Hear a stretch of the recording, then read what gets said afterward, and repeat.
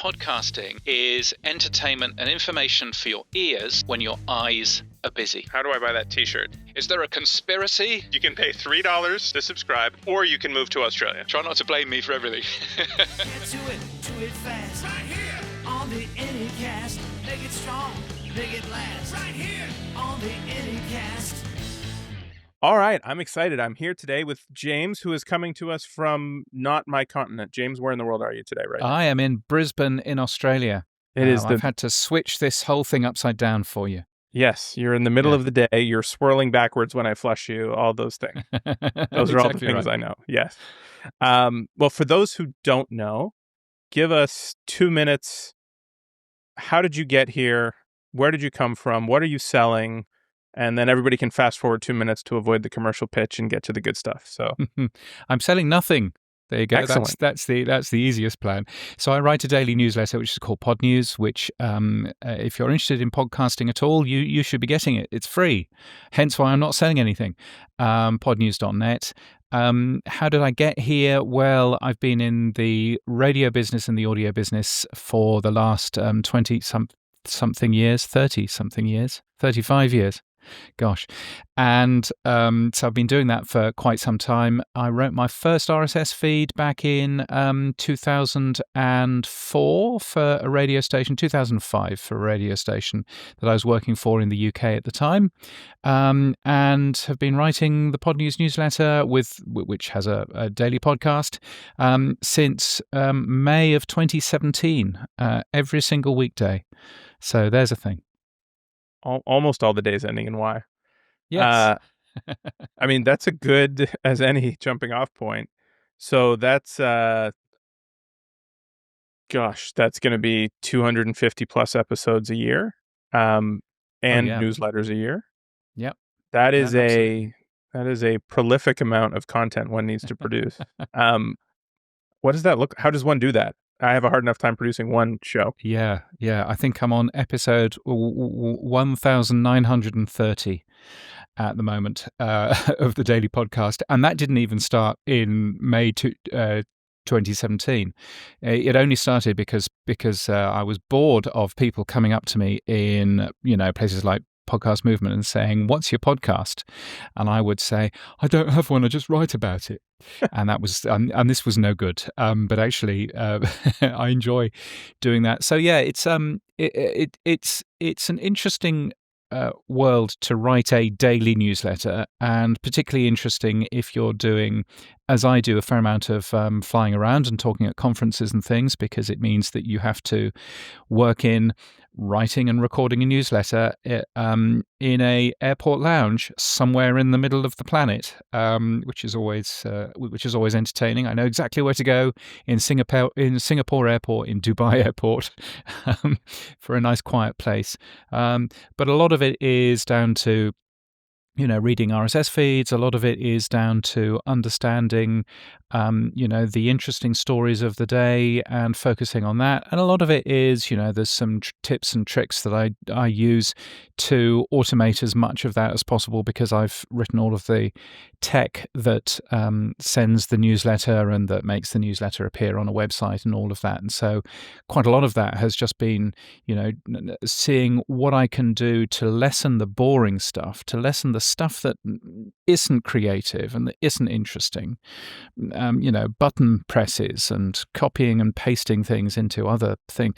All of that can go away because that's not interesting or exciting. So I've got rid of all of that in my workflow so that I can focus on the creative stuff, because the creative stuff is the interesting stuff to me.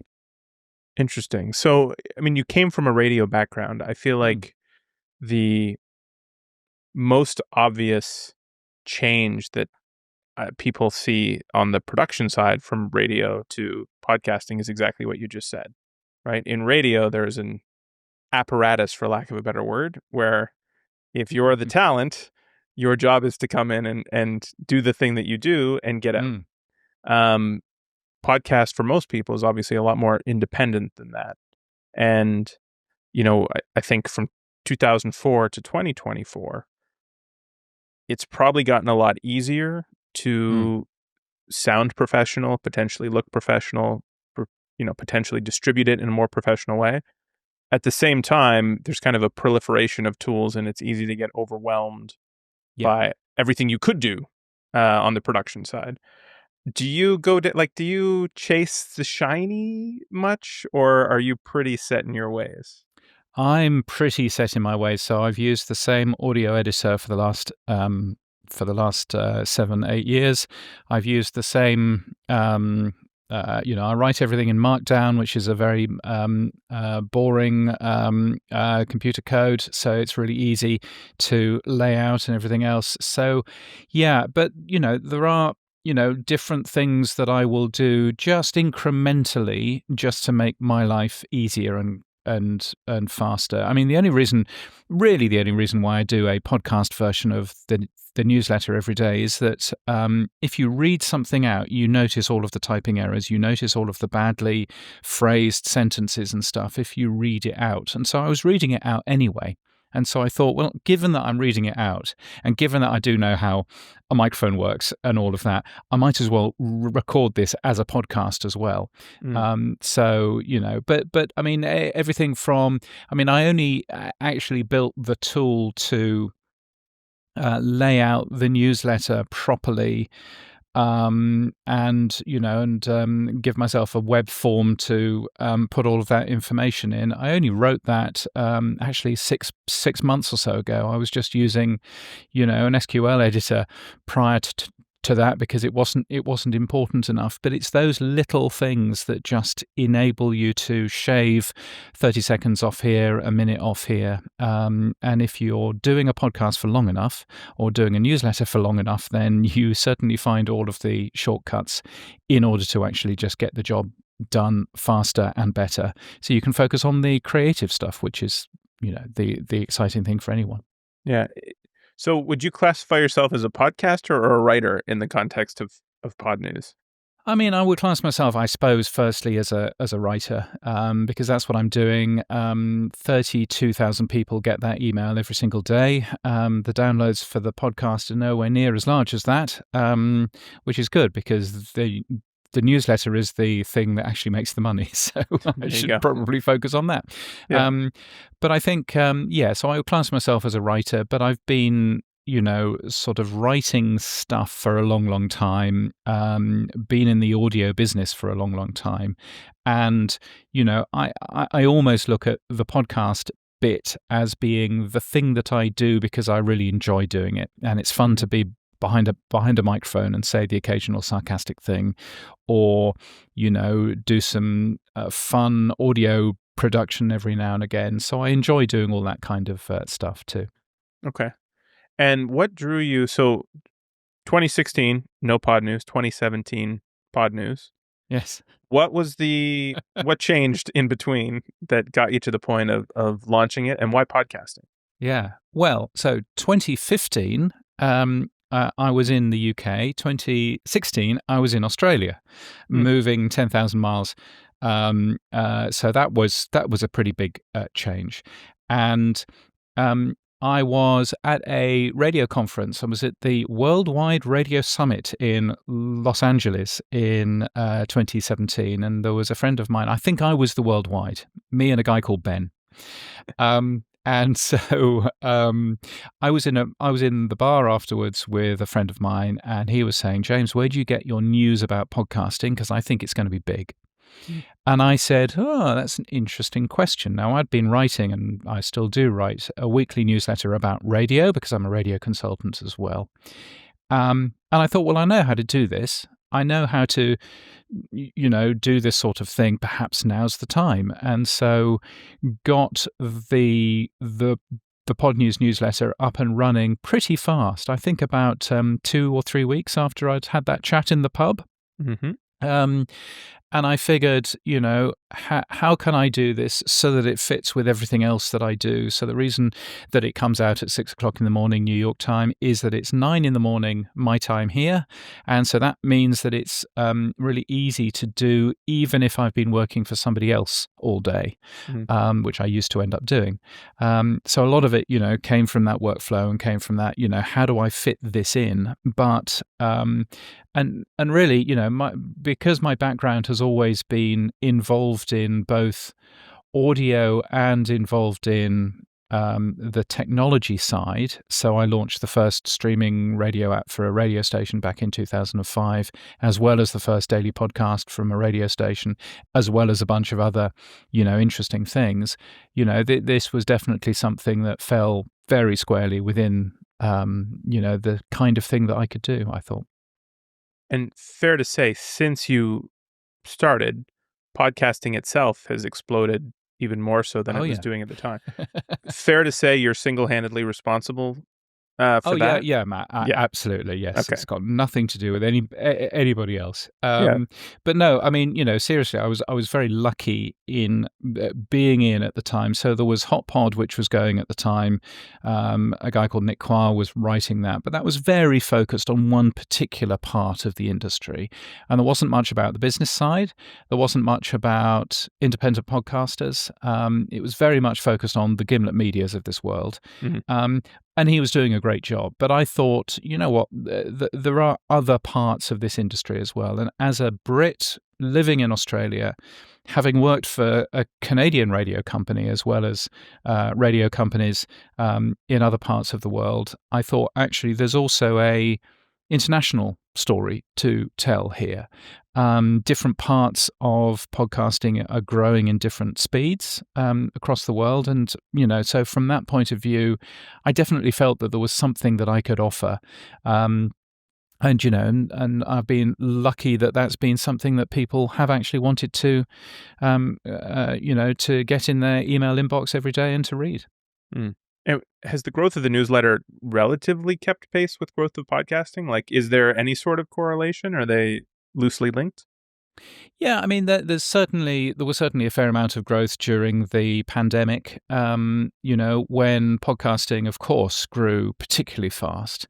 So that was helpful. I mean, I think, at the end of the day, the growth of podcasting, what I like about the growth of podcasting is that it hasn't been a hockey stick. It hasn't been that classic, and now everything's growing really, really fast, because that would have actually killed where we are. The fact that it's been slow and steady growth for the last 20 years has been super useful, certainly for the last 15 years, has been super useful because it's meant that we've had a really strong foundation for podcasting, for the growth of podcasting, for OpenRSS, to continue, that industry, that movement, to continue it growing, and I think that that's been super helpful. So it's good that it has grown in the way that it has, I think. And if you're putting on your future glasses, is that pace staying the same, or are we likely to see? I mean, obviously, let's call it the last 5 years. There's been a lot of significant development from less independent players in the space, either in consolidation or rolling out content. How do you see that trend line continuing? Is there a hockey stick coming? Are we going to continue to see how it's been going? I mean, I think I would hope that there isn't a hockey stick coming. For the reasons that I've said, because actually I don't think hockey stick growth is particularly helpful to anybody.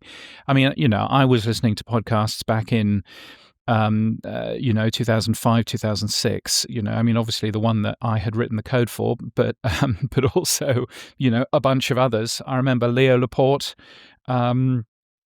spelling out CacheFly for me, which was very, very helpful. CacheFly.com. That's my impersonation of Leo Laporte. I won't be winning any prizes with that. So I've been listening for a long, long time, but I think it really depends what we're looking at. And I think we've been looking so far at the amount of people who listen to podcasts, and that's a lovely figure. But I think we should probably stop looking at that. And I think we should start looking at the amount of time that people are spending with podcasts, because it's the amount of time, which is actually the helpful growth. If we double the amount of time that people spend with podcasts of any type, then that essentially means that we have doubled the amount of advertising space that we can go out and sell, and that is useful for the financial model of the industry. And I think we focus a bit too much on people and not enough on time spent listening. Podcasting is still relatively small. If you look in the US, podcasting is only 9% of all of the audio that we stick into our ears. So we've got Spotify, we've got AM/FM radio, which is still massive. We've got all kinds of other audio, YouTube, if you call that audio, but all kinds of other audio out there. I think that 9% is something that we should be growing, and that's something that hasn't grown particularly fast. And that to me is a real opportunity for us to be able to grow more time spent with the podcast industry and time spent with podcast content. So forgive me because I don't have a radio background. Is that time, total minutes consumed, is that the metric that you would see in, say, radio demos as far as people are looking for? What's the parallel? Yeah, I mean, it depends. It depends what country you're looking at, because in some countries, total time spent listened to the radio is the fundamental thing that you have a look at. So particularly in the UK, for example, total hours is is a thing that they look at all the time.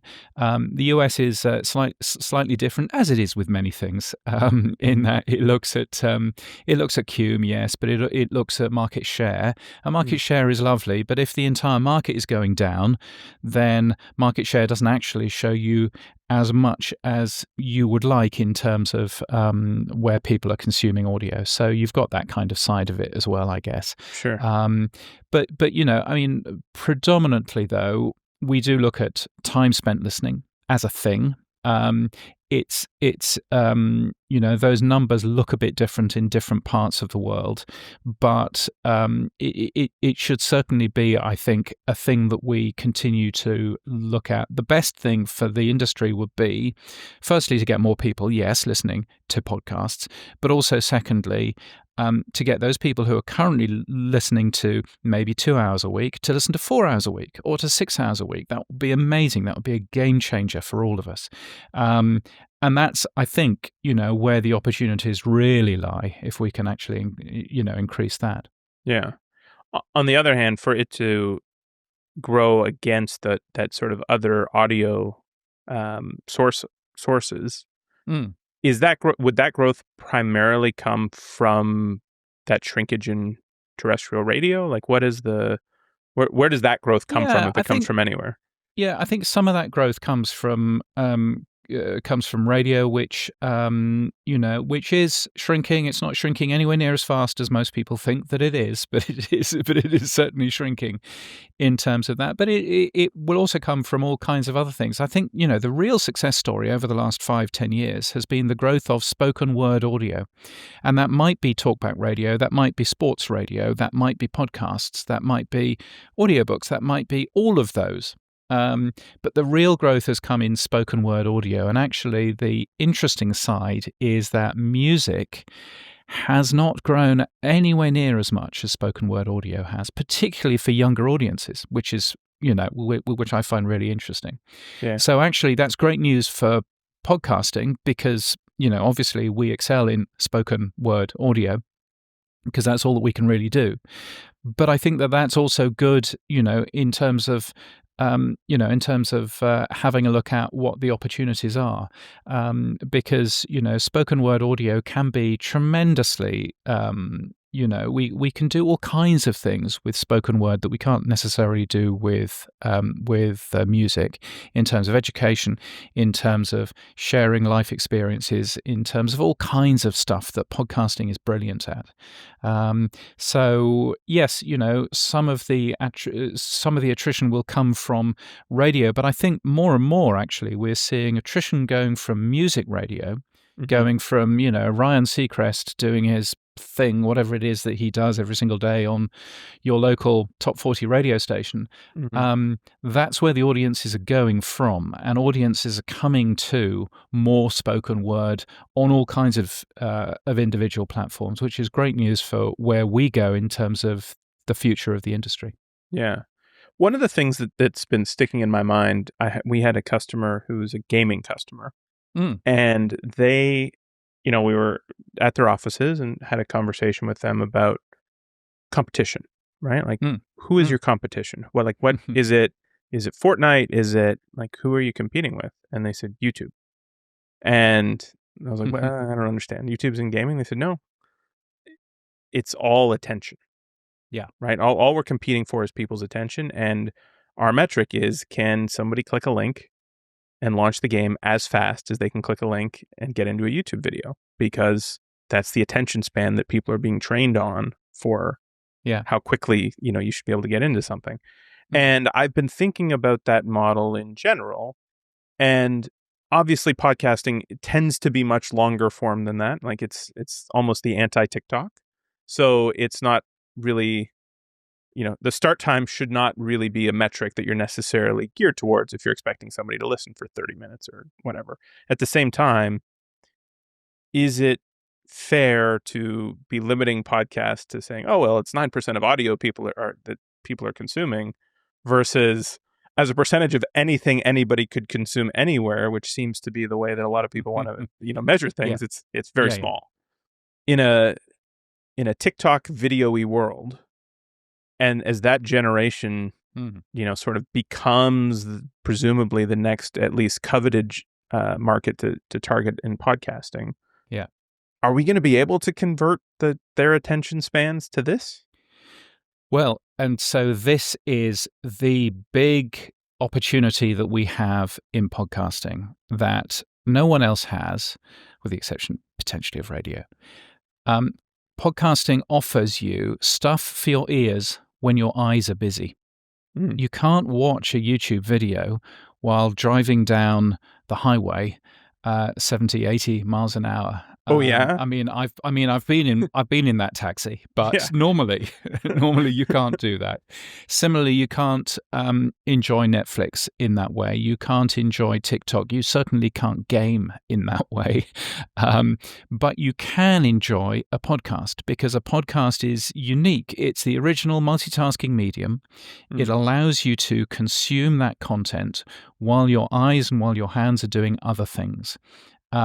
Which is a tremendous opportunity that we have. In advertising, we would call that the unique selling proposition.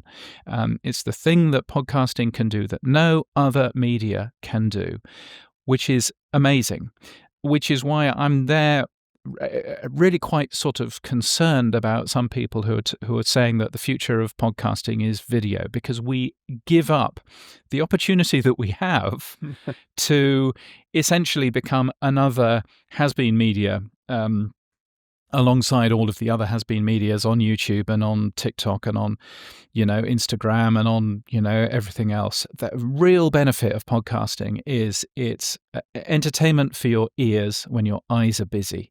And if we lose that, we lose a fundamental part of what podcasting is all about. And so I think we need to be really leaning into the fact that we are an audio medium. That doesn't mean getting rid of video, by the way. But what that does mean is audio first. Make sure that it works if you close your eyes. If you have to look at something to make it work, then you've lost. Because we've just turned into what I charitably call crap television. That's what we've basically done. So as long as the audio works when you close your eyes, you don't have to watch a TV screen. Of course, put video of your shows on YouTube, but really focus on making sure that the audio works. Number one is the thing that I would say. That's an interesting. Can you say it one more time with the tagline? Podcasting is audio or is entertainment for when your eyes are busy. Yeah. So so again, I truly believe that podcasting is entertainment and information for your ears when your eyes are busy. And you own that trademark? How do I buy that T-shirt? Sadly, I don't. There is a radio station here, amazingly, a radio station from TikTok, and it's called TikTok Trending, and it just plays the trending songs on TikTok with most of the swears edited out, but not all of the swears edited out. And it calls itself TikTok for your ears when your eyes are busy. So therefore, I can't necessarily quote that, but nevertheless, I do genuinely believe that the original multitasking medium is probably one of mine. Okay. And it is something that, it is the ultimate thing that we have going for us that many other people would really, really want. So we shouldn't be giving that away. Yeah. Is the trade today, like, as somebody who throws these up on YouTube, I mean, the trade that I think people are making is, capturing some of that YouTube discoverability, suggestion, social network effect of it. Yeah. Does there need to be some audio version of that to sort of create some balance there? Because otherwise, people are going to keep going to where they're getting more audience. Yeah, no, absolutely. No, I mean, I think there's two things on that. I mean, firstly, if you talk to anyone on YouTube, 70% of their audience is coming from the algorithm. 70% of their audience is coming from the algorithm. That means that if YouTube changed that algorithm tomorrow, then that essentially means that what happens to that 70%? Who knows? That's a slight concern, isn't it? Whereas with podcasting, the algorithm is much less of an issue. Now, I'm not saying that the algorithm doesn't happen in podcasting. It clearly does. When you're having a look at the Apple Podcasts, browse page, when you're having a look at Pocket Casts, when you're flicking through, your favorite podcast app, you should get other things that you should go and have a listen to. So there is a discovery thing there, but it's a very different world than the YouTube 70% algorithm-driven world. Now, what some people are doing is they're using YouTube to introduce people to their podcast that they can then listen to on their favorite podcast app. So the audio app is where the consumption really happens, but YouTube is where the discovery happens. And I think that again, is absolutely fine. It's an absolutely good use of how YouTube works. Just doesn't necessarily, it just worries me in terms of giving everything over to the YouTube gods. We've been here before. We've got the postcard. Facebook used to really prioritize video to the point where large publishers in the US and other countries spent loads of money on producing video because it did really well in the Facebook algorithm. And then all of a sudden, Facebook one day changed its algorithm and video was buried. And lots of people lost their jobs, and it was a pretty awful time. And I really don't want that to happen again. Sure. So, focusing on audio is an important thing from my point of view. Yeah, I mean, going down that sort of rabbit hole, audience as the medium gets bigger as a whole, it becomes harder and harder to be discoverable. Period. Algorithms or no algorithms. Just now you're a needle in a stack of needles. What have you seen from the industry as a whole, both on the production and consumption side of people either coming up with new novel ideas? Like, how does one build an audience in 2024? Because it's definitely not the way Leo Laporte built an audience in 2005.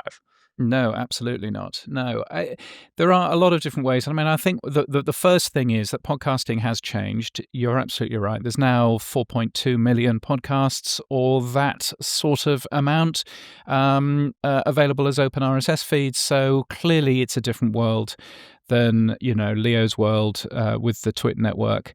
Back in and CNET's Buzz Out Loud, which was another one of my favorites. So it's clearly a very different world. But and I think one of the things that means is that mass market isn't necessarily where you will win. So yes, Joe Rogan is mass market. Of course he is. Call Her Daddy is mass market. Crime Junkie is mass market. But where you really win is niche, looking at a specific audience who you can super serve, who you can really show you're the best out of it. It's much easier to market yourself to a specific audience. Maybe you're marketing yourself to people who like knitting while sitting in a tree. You could be the number one. How did you know? Podcast for How did you know about my new show? Tree knitting, we kept it a secret until this moment. But you could be the number one show for that niche. It's easy-ish to reach those people because they've got a Facebook group, they've got Reddit groups, they hang out in, they have conferences that they go to with trees and with wool. Park. But you know what I mean? It's really easy. It's much easier to focus on niche than it is to launch another Joe Rogan experience, which is why there isn't another Joe Rogan experience, out there. So, I think, really part of the trick is really understanding who your niche is and focusing at that. Another, I think, part of your niche is to understand that all audio is habitual in a way that really no other media is. We wake up to the same, if we wake up to radio still, then we wake up to the same radio station every single day. We've got our favorites as we drive to work. We've got our favorite, station, but we've also got our favorite podcasts, and our favorite podcasts for certain times of the week. I don't know if you're like me. I hope to God that you're not, but you might have a podcast that you listen to when you go to the supermarket on a Saturday. I know I do. You might have a podcast that you listen to every morning as you walk the dog. It's very habitual.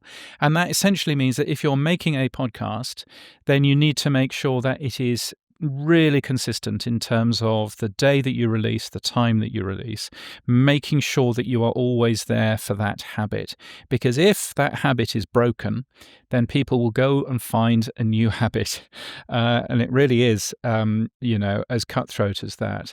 So hugely important to make sure that you are always there when your audience is expecting you. And that's why you'll find a ton of big shows rerunning things during the holidays when they're off, so that they are still there for the audience that wants them.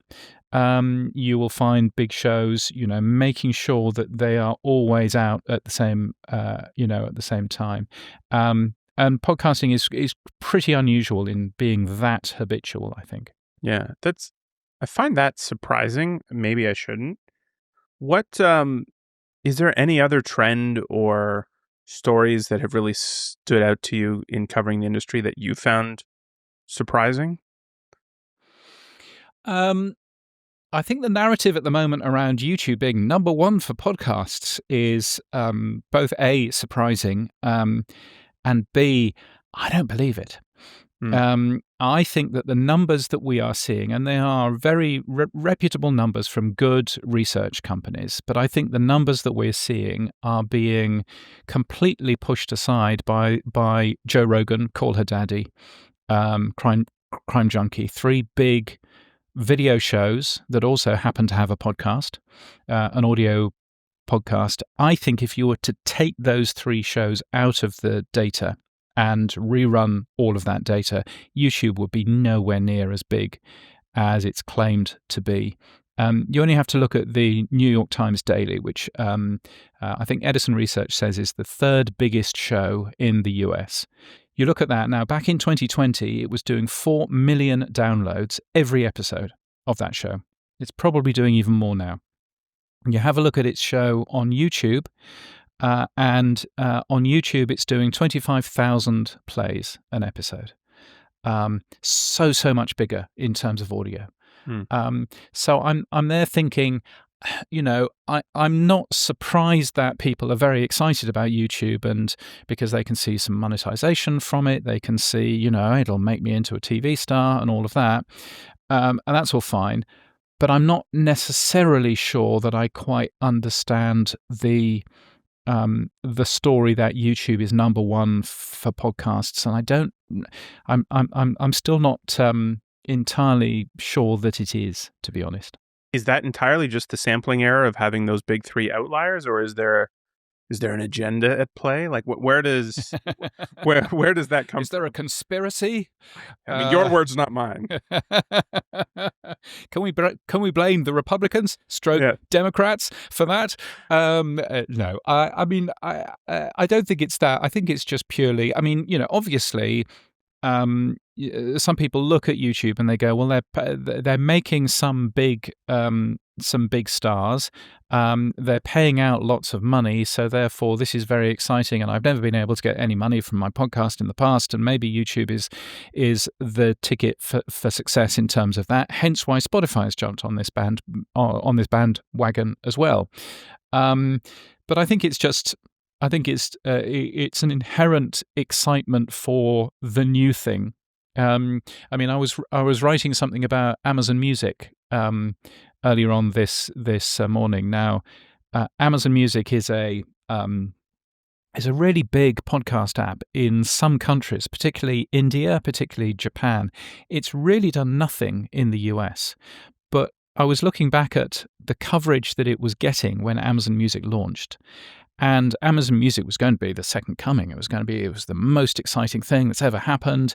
2/3 of people never listened to a podcast, and Amazon was going to help people listen to podcasts. And because it was a free app, and Amazon were going to promote it all over the place, and it's really done nothing.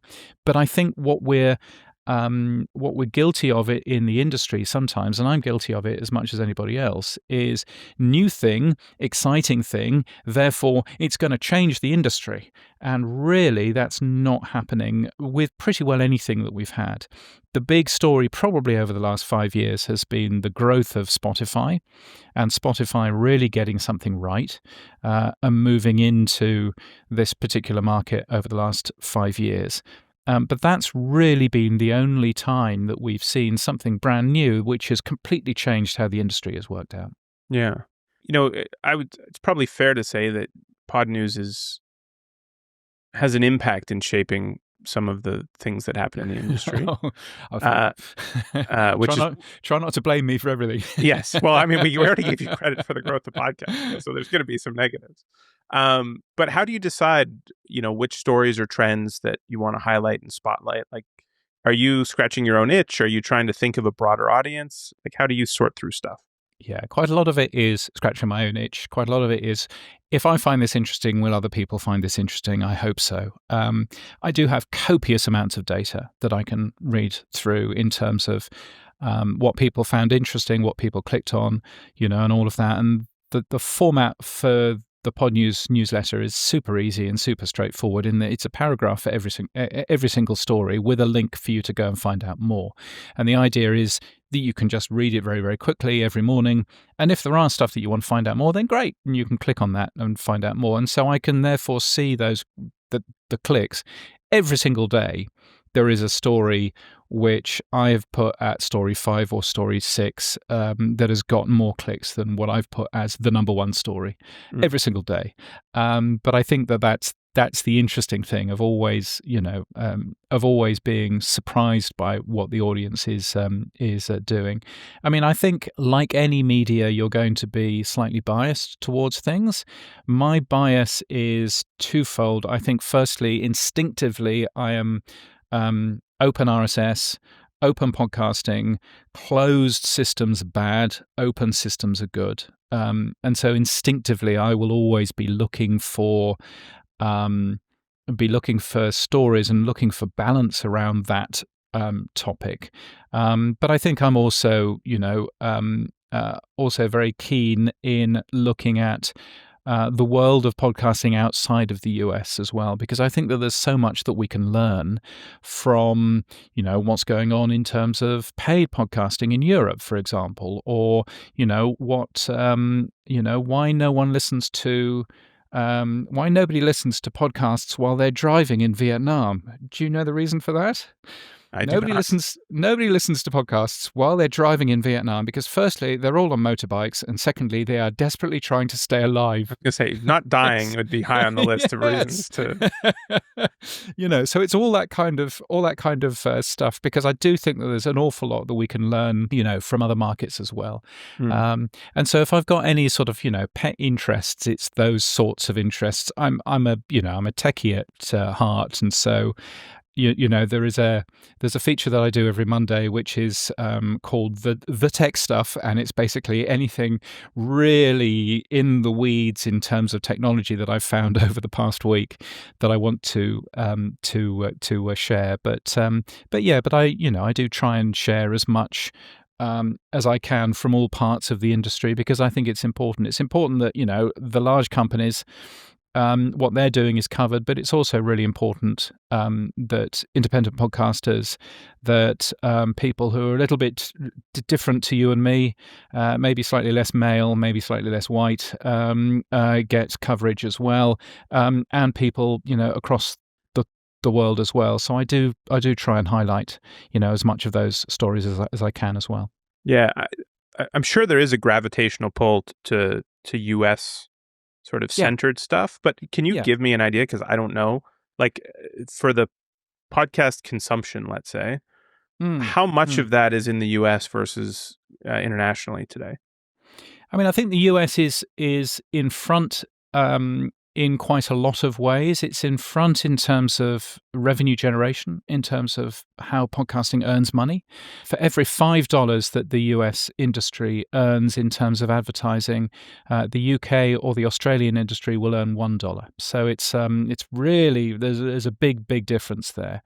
But if you have a look at consumption, it is fascinating looking at different countries and looking at their most popular charts and working out what's going on. So if you look at Singapore, for example, a lot of the Singaporean top shows and a lot of the Korean top shows are what I call reheated radio, and I'm not being rude by that. I'm just saying what they are.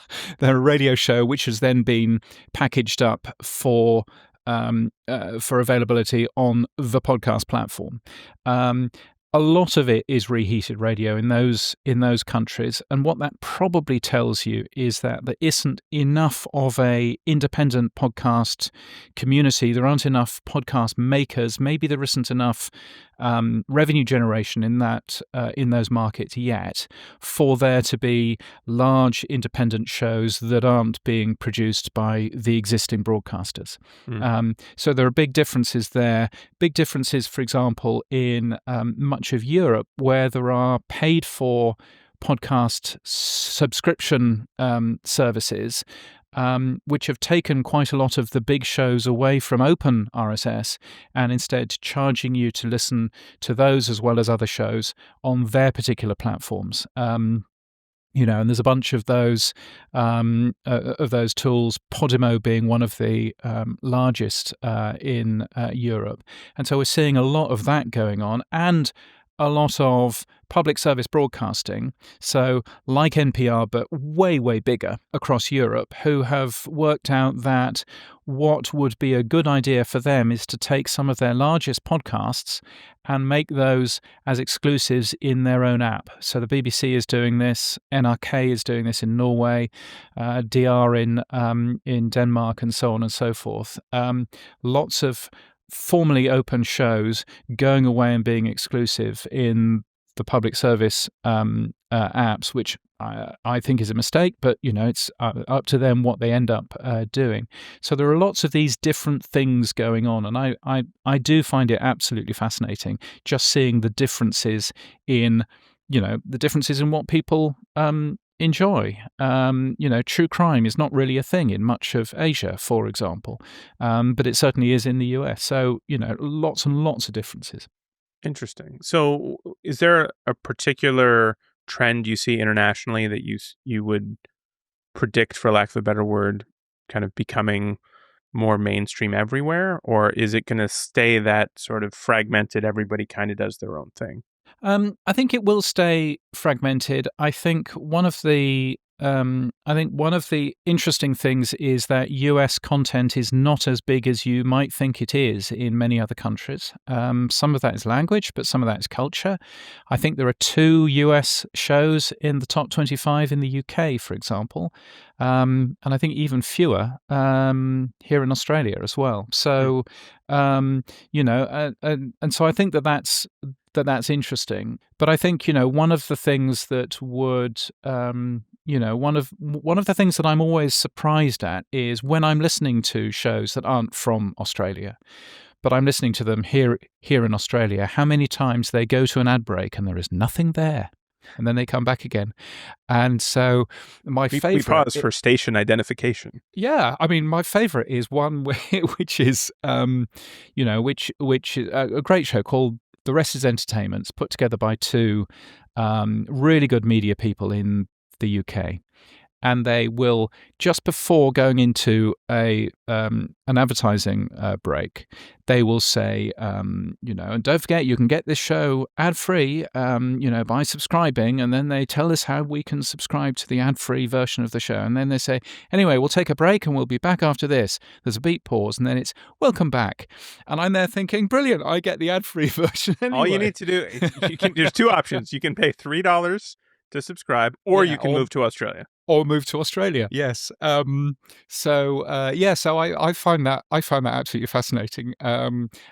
Similarly, I'm told that if you tell Spotify when you're signing up that you are in fact a 13-year-old girl, then you get no advertising at Spotify either. But so I think that there are things there that clearly are showing that monetization in some parts of the world isn't as easy as it has been in the US.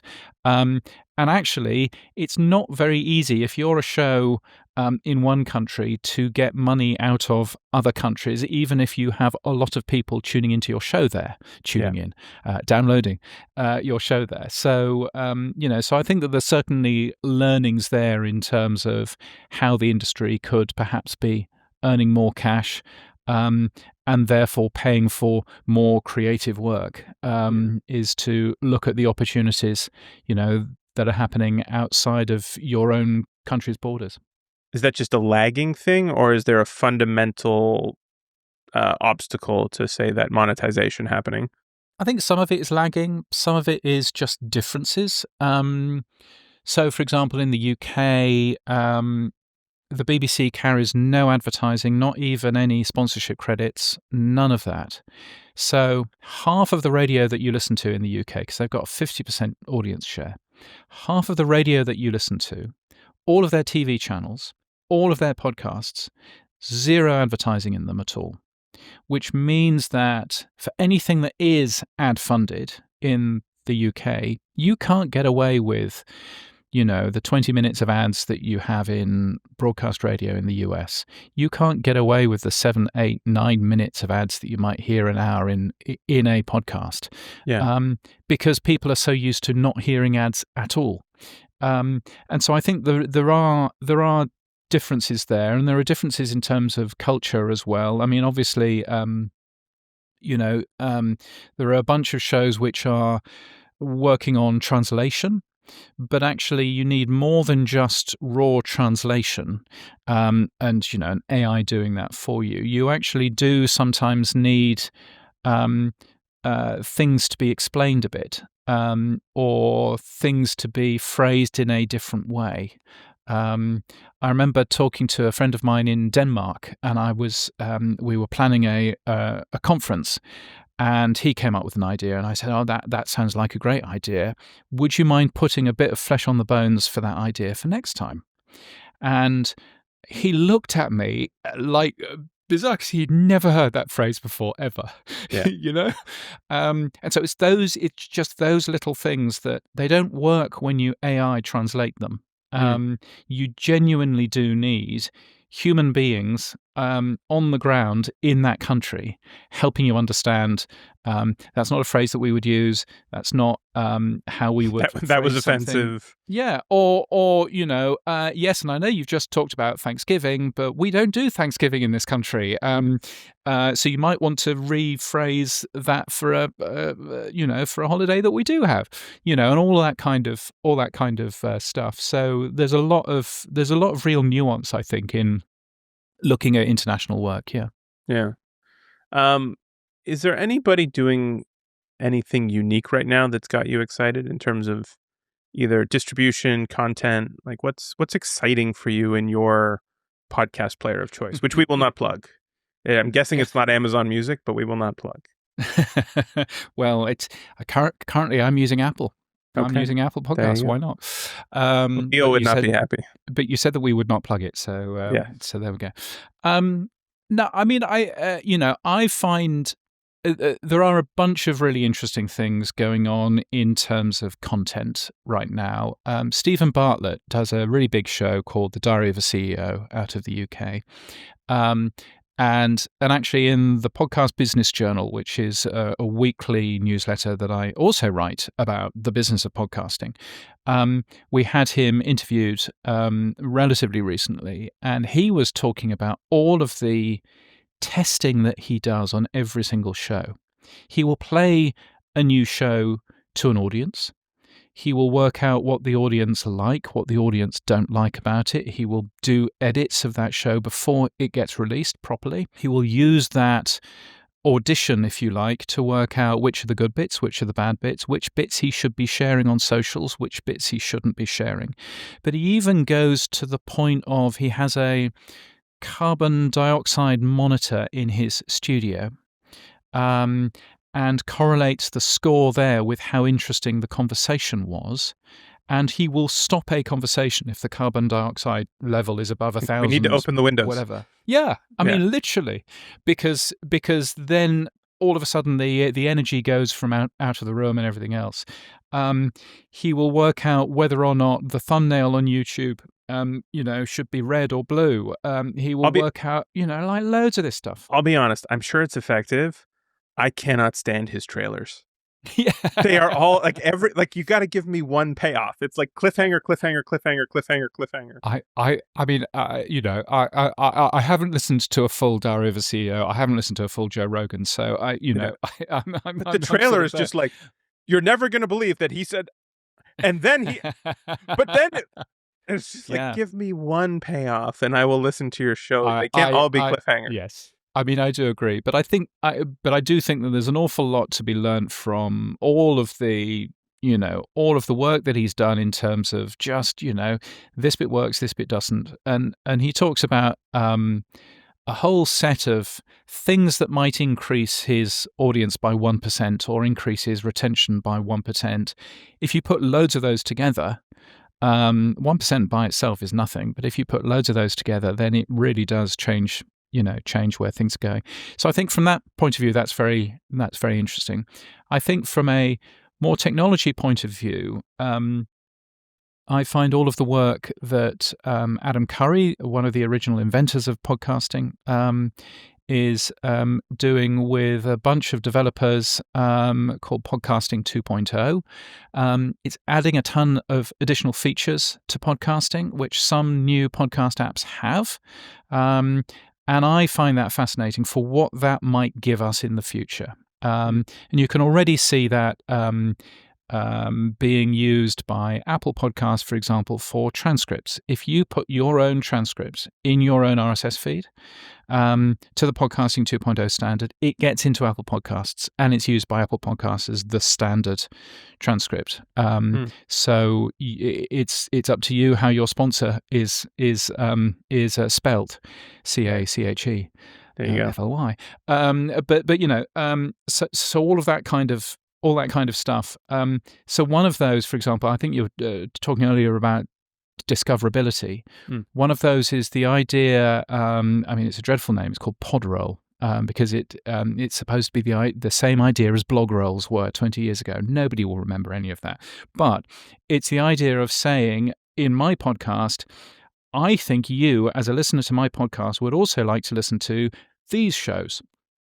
And you get to put some of those links directly into your RSS feed, which means that those shows, your recommendations, nothing to do with an algorithm, your recommendations appear in podcast apps as shows that I personally am recommending.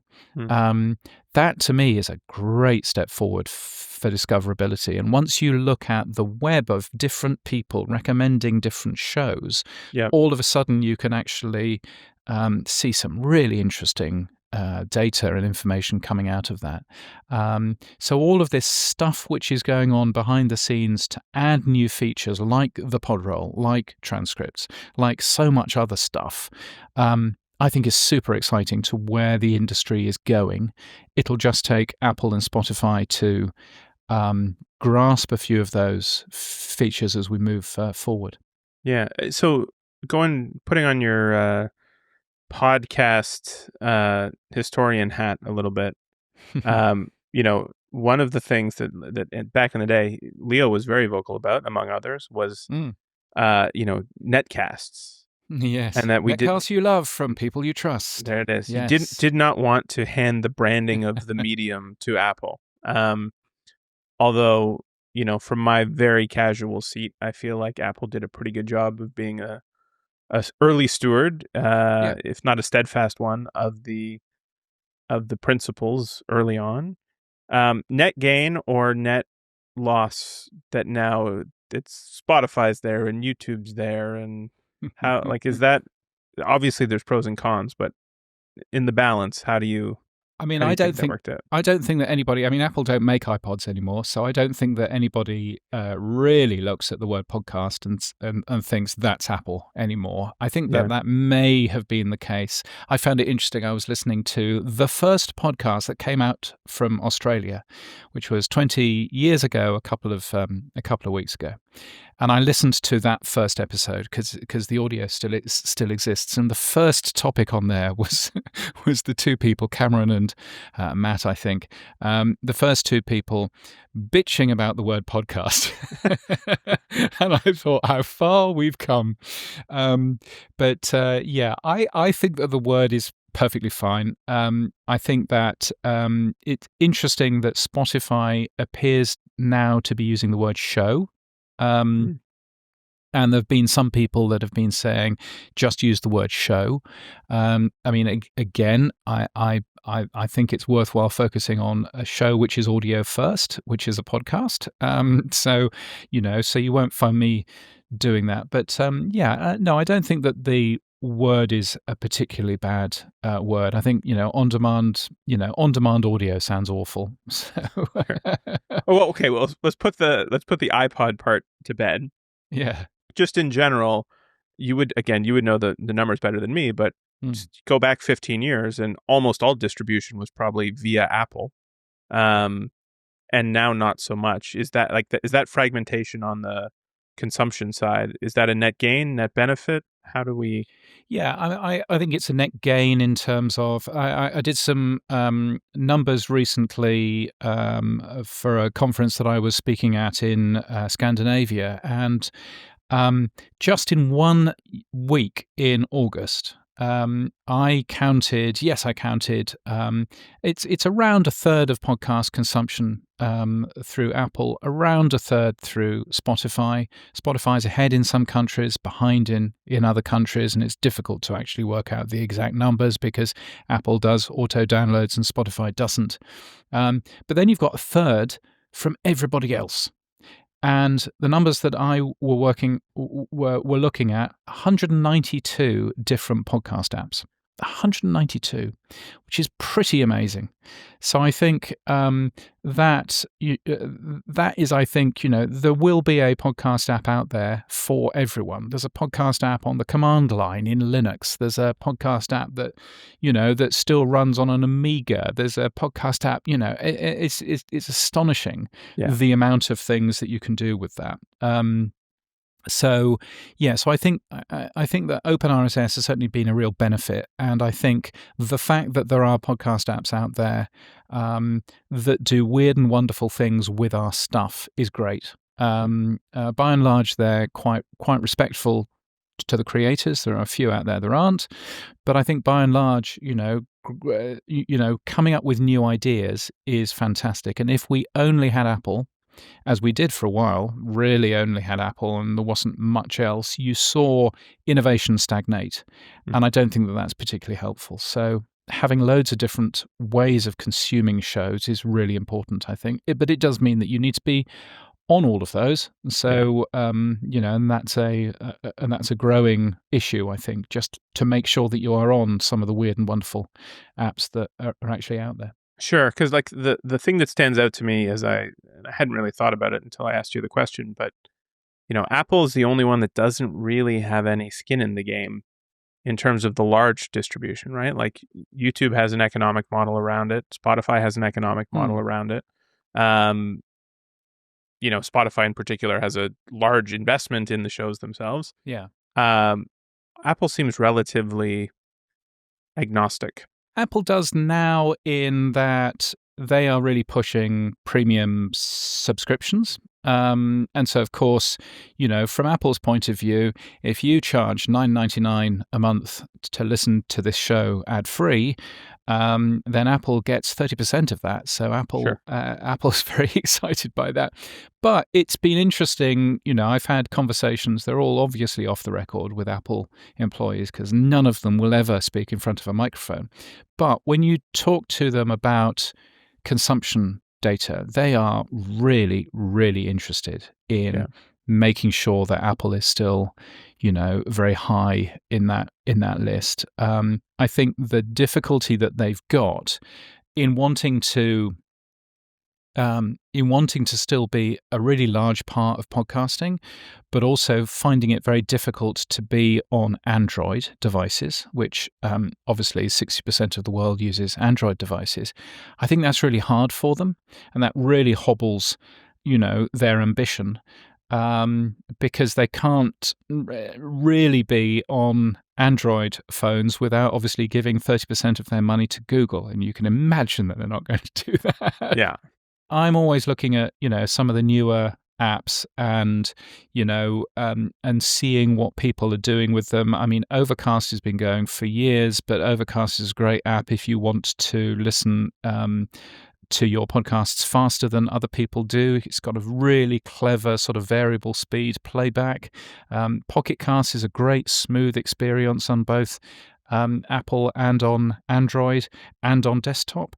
So that's out there. But then you've got some of the really sort of scrappy new players in this world, tools like TrueFans, tools like Podfriend, all these weird and wonderful ones that nobody's ever really heard of, but that are trying new and interesting ways of paying creators and hearing back from audiences and and all of that.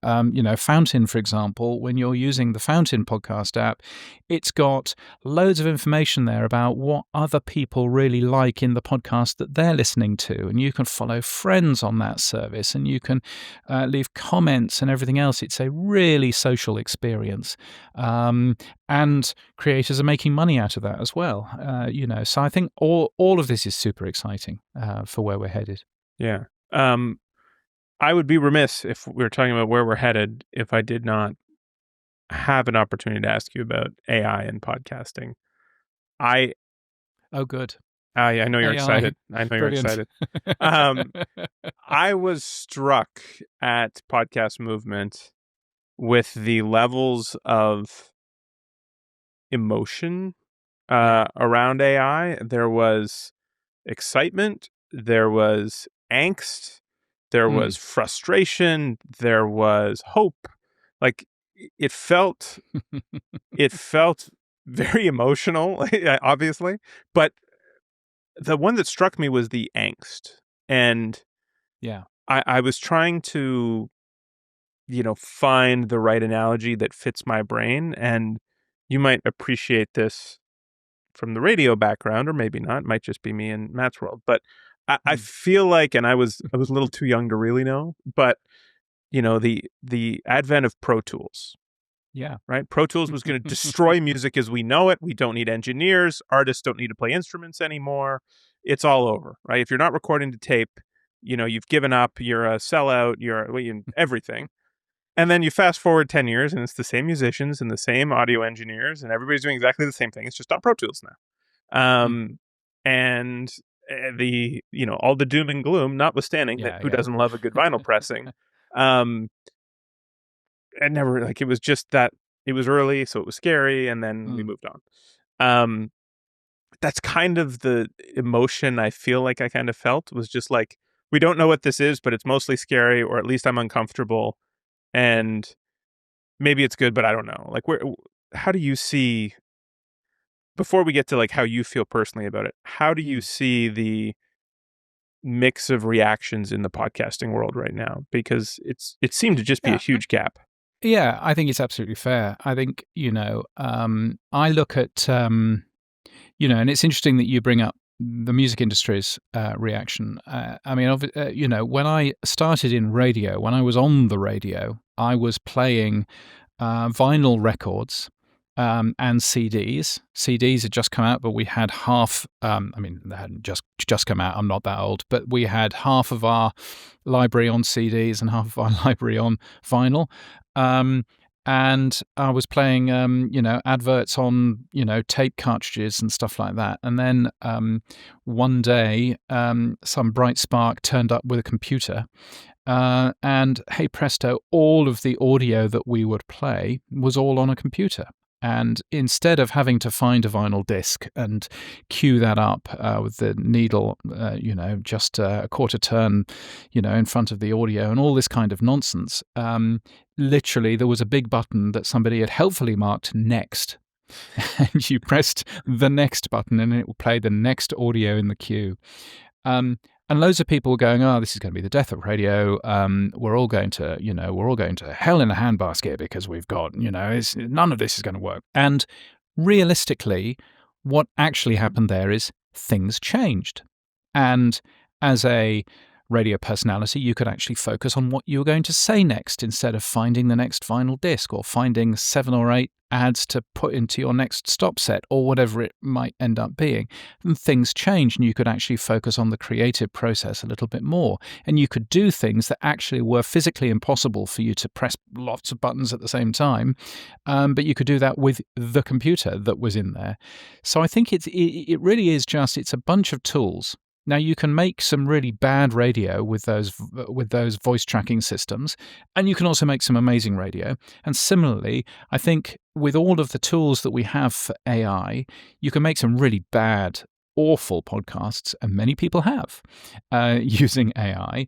But you can also make some fantastic stuff that is actually better than you could have done by yourself. It's just a bunch of tools, and you can use tools for good and use tools for bad. So I can completely understand where people are coming from. But I think instead of looking at AI as a whole overarching thing, look at each individual tool and work out, is this a good thing? Is this a bad thing? How could we use this for good?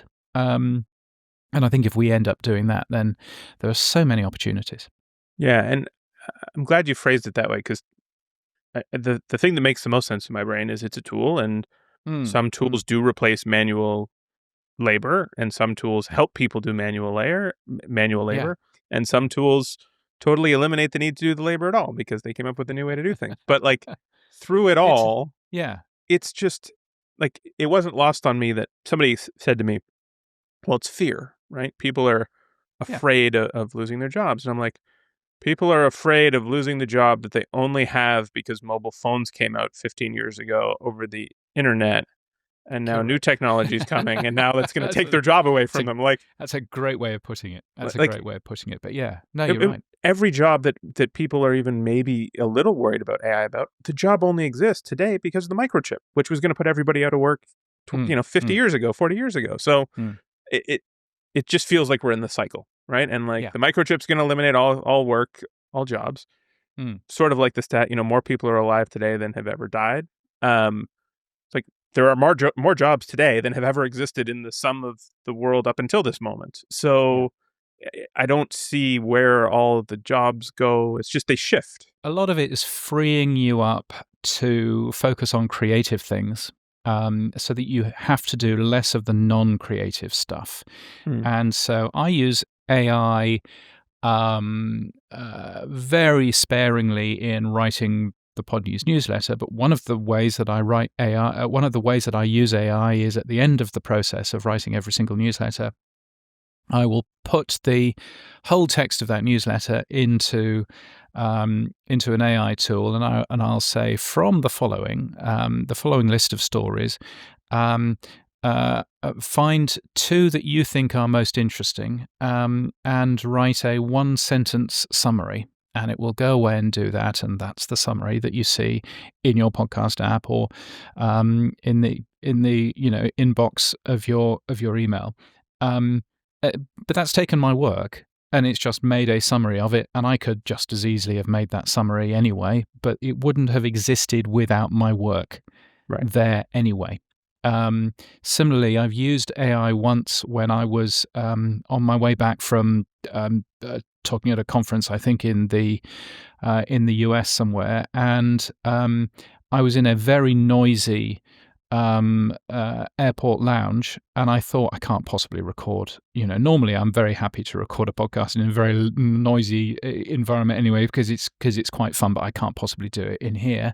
And so I just gave my words to a clone of my voice that one of these AI systems has, and it was very obviously a clone of my voice, and I said so right at the beginning, but they were still my words. And we've been doing that as audio engineers for a long, long time. One of the first times that I learned how to edit audio was, and I was using tape because I am that old. So I was editing audio on magnetic tape. And one of the first things that we were told is, here is a famous speech. I think it was a Winston Churchill speech.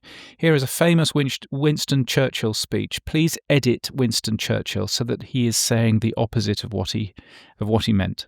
And that was our first job, to edit, to specifically edit. And it was great fun, but to specifically edit him to be basically saying we're all going to, we'll be surrendering, we'll be surrendering on the beaches, and all that kind of stuff. So we've always been able to do all of this. None of it is new. It's just that we've got tools. Some people call it assisted intelligence rather than artificial intelligence. And I think that's a good way of thinking about it. Yeah. True AI is not something any of us, I don't think, will. If we do see it, we definitely can't conceive of what that will actually look like quite yet, because it's going to look very different than the language models that we have now. Oh yeah, no, absolutely. Yes. So, okay, 2 questions to close that I think people would really love to hear from you. The first is, I'm hoping at least 5.5 people that listen to this season were thinking about starting a podcast and somehow decide to get off the fence and start one. If you had one piece of advice for somebody starting a podcast in 2024, what would it be to help them stand out from the crowd today? You obviously already covered the pick a niche and nail it. You can double down on that, or... Well, yeah, I mean, so there's pick a niche and nail it. There's be consistent with your release schedule. That's important. Be in it for the long haul is important too. I see so many podcasts that launch and they go, it's this new brilliant podcast, and within 4 episodes they're done and they've gone. So making sure that you're in it for the long haul. Remember that all podcast consumption is habit. You will not start a habit in just 4 episodes. So you need to be going for, Joe Rogan went for 10 years before he became a big show. And Stephen Bartlett, much the same sort of thing, as well. So those are important things as well. I think probably the 2 most important things I would say are, firstly, just start. Because the wonderful thing about a podcast, as opposed to any other, audio media that we do, the wonderful thing about a podcast is that your first podcast will get no listeners unless you want it to. It's not the same on radio. Your first show will get listeners because there will be people, maybe they've fallen and they can't get up and they can't turn the radio off. But however it works, you're going to get listeners. Your podcast only gets listeners if you want there to be. So you can start now. If you sound rubbish, that's fine. Nobody will be listening. That's cool. You can actually work out how good you're going to sound and start promoting yourself once you're sounding good. That's absolutely cool, but you will never get good if you don't start. So the first thing is start, and the second thing is, a lot of people will tell you, focus on video. And video, you'll need video for X and Y and for Z, and you need cameras and you need ring lights and you need all of this fancy stuff and a fancy set and everything else. Forget all of that stuff. Focus on what the show is, first of all. Focus on the audio, first of all. You can always add video later. Video will be the thing that is stopping you from beginning a podcast. Video is the thing that adds huge amounts of complication and audio editing and all of that video editing, certainly for video, of course, and all of that kind of stuff. Just ignore all of that stuff. Just start a podcast, start an audio podcast. Do video later if you want. But you will never get to be a good podcaster if you don't start. So there you go. Start and never stop is what I heard. Start, never stop. Yeah. I hope Leo's listening to that. Yeah. Start and never stop, Leo. Never stop. What's next for you in Podnews? Or like, do you have any upcoming initiatives, projects? It seems like you've got a few irons on the fire outside of Podnews, but Yeah, so I'm looking forward. February is when we run the Podnews Report Card, which is a piece of research that we run every single year, which is really looking at the serious podcasters that read the Podnews newsletter. What do they think of Apple? What do they think of Spotify? What do they think of Amazon Music and all of these other services? So that we can report that back to those individual services. So I'm very much looking forward to doing that. That normally gets a big reveal at Podcast Movement Evolutions. So we'll see if they want us back for this year. But so I'm looking forward to doing that. Looking forward also to working on a new product, which it will be there aiming at podcast listeners, not people who make podcasts, but aiming at podcast listeners and helping them find new shows that they want to have a listen to as well. So hopefully wanting to get that out in Q1 of next year. But just continuing, I've got a newsletter that I have to fill with news every single day. So what I'd say to any podcaster out there who is doing stuff is please tell me, because without telling me, I will never know what you're doing. So that will be super good. Okay, I lied. I had one more question I need to ask you. 5 years from now, so whatever that is, going into 2030, I guess. What is the thing that you are going to be right about that people are most skeptical about? Wow.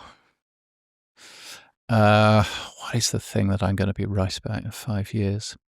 I think that the majority of podcasting in 5 years will still be on OpenRSS and won't be on a proprietary system like YouTube. And partially that is me hoping that that's going to be correct, but partially I think that that is probably going to be correct. OpenRSS has been such an opportunity for us. It's enabled us to innovate. It's enabled us to launch a brand new medium without any gatekeepers there, without anybody turning around and saying, no, you can't get your podcast because of X or Y or Z. And so I think there are lots of naysayers about RSS and about OpenRSS in particular right now. But I absolutely think in 5 years' time, it will still be the number one way that we consume individual podcasts or shows, as Spotify might want to call them. But I think that I think that the future of OpenRSS and the future of podcasting as a whole is really, really bright. I'm going to ask Siri to remind me in 4 years and 364 days to go get the data and see how much is still OpenRSS. Yeah. James, this was awesome. Thank you so much for your time. Appreciate the insight. Matt, thank you, and have a great rest of yesterday, as we say here in Australia. It is. I will do so as much as I can. When we were in the wintertime, we used to go to Jamaica, and we always got the USA Yesterday. Yes. Because the USA Today never made it on time. So there you go. Yes. All right. We'll leave it there. Thank you, James. This is different, another round, so much more to talk about. Gonna aim to satisfy with help from CacheFly. Get to it fast. Right here on the Anycast. Make it strong, make it last. Right here on the Anycast. The Anycast podcast, brought to you by CacheFly.